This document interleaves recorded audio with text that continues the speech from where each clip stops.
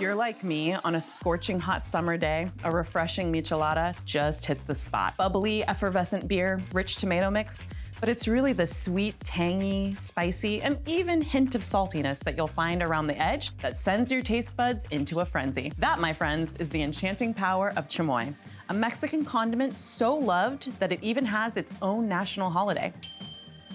But let's pause for a moment. Since it's a quintessential Mexican condiment, it has to be from Mexico, right? So the origin story of chamoy I have found to be a little murky. There really isn't much research on it. That hasn't stopped us before. Chamoy's mysterious story takes us on a spicy adventure from Mexico throughout Asia and back again. So grab a michelada or a chamoy nada, and let's dive headfirst into this culinary mystery.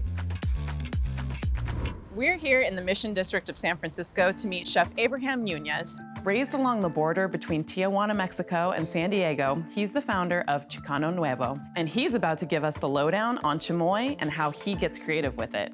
What is chamoy, for people who don't know what it is? So chamoy is a tangy, sweet, citrusy, spicy, kind of salty sauce. My first experience with chamoy is probably eating candy. We typically have it to season our candies, fruit, or any kind of like vegetables like cucumber, zucchini. Okay, for all you chamoy newbies out there, this is chamoy. But this is also chamoy.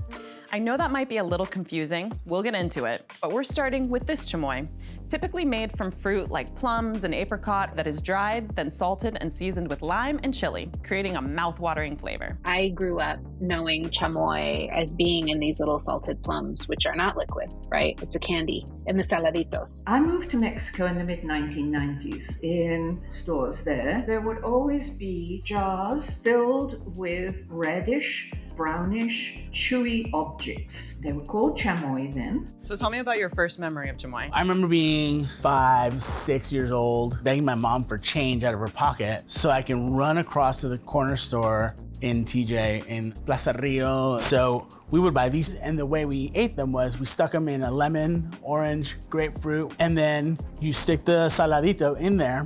And so we're gonna have what I have been having as a kid from 4 or 5 years old to 34 or 5 years old. Ready? Cheers. How do you eat those? Put it in your mouth. That is saladito. Yeah. It was so salty, but it's good.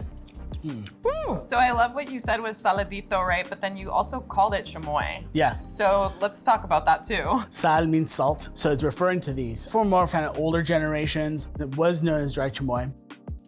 So I can totally see how this salty, sweet snack is such a hit in Mexico. But that's not the only place where we find this kind of treat. The most surprising thing that I was unraveling was maybe a connection to Asia, particularly with the Philippines, because there's a word that sounds like chamoy. In Tagalog, there's a dessert called champoy, but there's something else called sampoy. It starts with a T.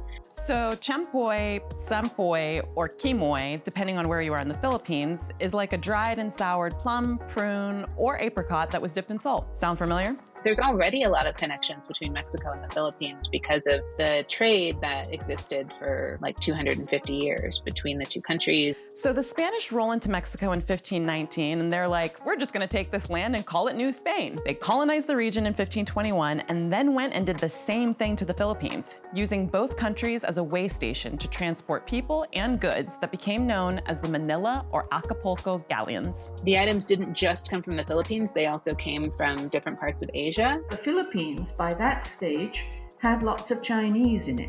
And what those Chinese immigrants brought to Manila in the 15th and 16th century was a culinary practice called li hing moy, where they'd salt plums to keep them fresh and flavorful. Li hing moy actually means traveling plum, which is exactly what it did. In Hawaii, it was called crackseed. The Chinese name in Hawaii for crackseed is samoy. Crackseed in Hawaii is clearly of Chinese origin. That's because Chinese laborers who came to work at the plantations in Hawaii brought simoy, or crackseed, to the islands in the 19th century. Well, it is this whole tradition of salty dried fruits. But why would this become so popular? I've heard it said for people who are doing hard work in hot climates, Having one of these to chew on relieved your thirst. Whether that's true, I don't know, but you find them all the way down the coast of China into Southeast Asia. The path between China and Mexico was much less clear. One theory would be, since Manila was one of the main stopover points for the whole East and South Asia trade, those ships would make their way to Mexico. So it's possible that crack seed, or chamoy, came via the Philippines through Chinese immigrants. This is dry chamoy. What you're pouring is wet chamoy. So now we can get into it. The earliest memory I have of chamoy is in this packet. Whoa.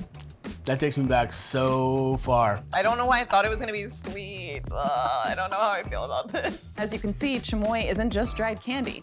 It's also a paste, a sauce, a condiment. It's what's on the rim of this michelada. So what's up with all that?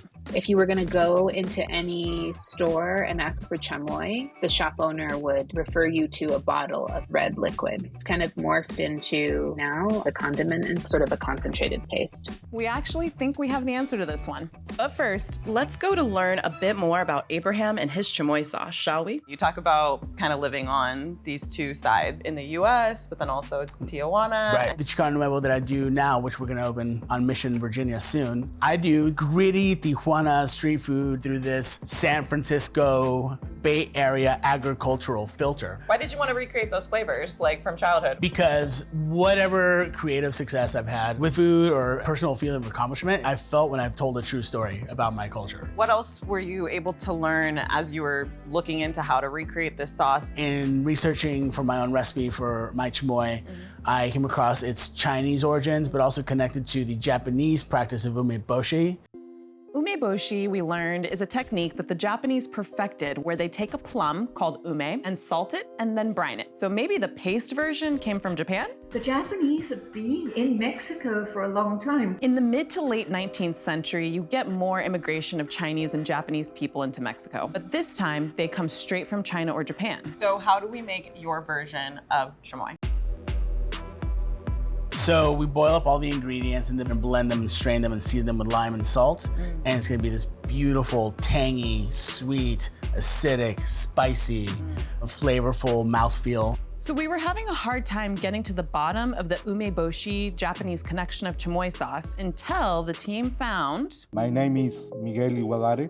Teikichi Igualare was my grandfather. He arrived in Mexico in 1923. He came to Mexico seeking fortune because the Industrial Revolution in Japan. Due to the Industrial Revolution that was taking place in Japan in the 1900s, farmers and skilled laborers were finding it hard to work in Japan, so they migrated to Mexico and the United States for opportunities. In 1950, he opened a factory and he began producing a staple food in Japan that is called umeboshi. Since umeboshi in Japan is made with ume plum, which he couldn't find in Mexico, Miguel's grandfather started using apricot. He also introduced into the market kind of chili powder called brinquitos. So we used to pick up chamoy and brinquitos and mix everything. Wait, why did he call it chamoy and not umeboshi? Maybe because of the Chinese name for umeboshi, which sounds like shilmoy. We do not know why. The umeboshi to chamoy journey almost ends through a mismanagement of the business, which forced Miguel's grandfather to file for bankruptcy and shut down the factory. So they had to sell everything. After the factory went bankruptcy, it all disappeared. Until many years later, something called chamoy began to appear in the market. So in the 70s, it became more popular in Mexico. In the 80s, and it was almost exactly this sauce. What is now called chamoy is actually very recent, from the 1990s. So when it became popular seems to be hard to pinpoint, but what we do know is the name of the company that seemed to have put it on the map. It's called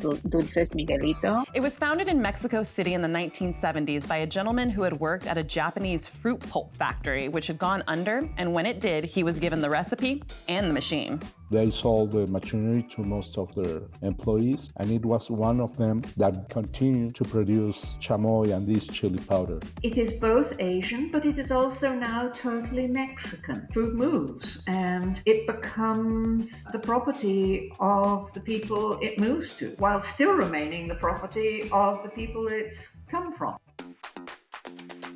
My perspective is that in Mexican cooking, people really appreciate these Baroque flavors. They really appreciate a lot of things happening at once. The fruity, salty, spicy has already been around for a long time. And I think what Chamoy did was add in this sour kick to it. And I think people just went nuts over it. We've got a dripper, a lowrider. Lowrider. Oh, in the Mission? That's perfect. What are the odds? That's perfect. A low riding rim here. A lot of people not known for decades, they've been eating chamoy via their micheladas. Cheers. Cheers. I do feel like crushing this right now, though. Yeah, I do too. All right, here we go. Wow, who knew this mysterious and delicious condiment could have such a rich and robust history? Thanks for joining us. And before you leave, let us know in the comments below if you like chamoy. We realize it's an acquired taste. And if you do like it, which form do you like best? Candy, paste, saladito? Thanks for watching, and also tell us which dish we should explore next beyond the menu. Cheers.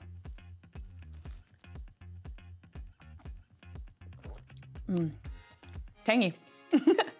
Support for this program comes from Krishnan Shah Family Foundation and supporters of the KQED Studios Fund.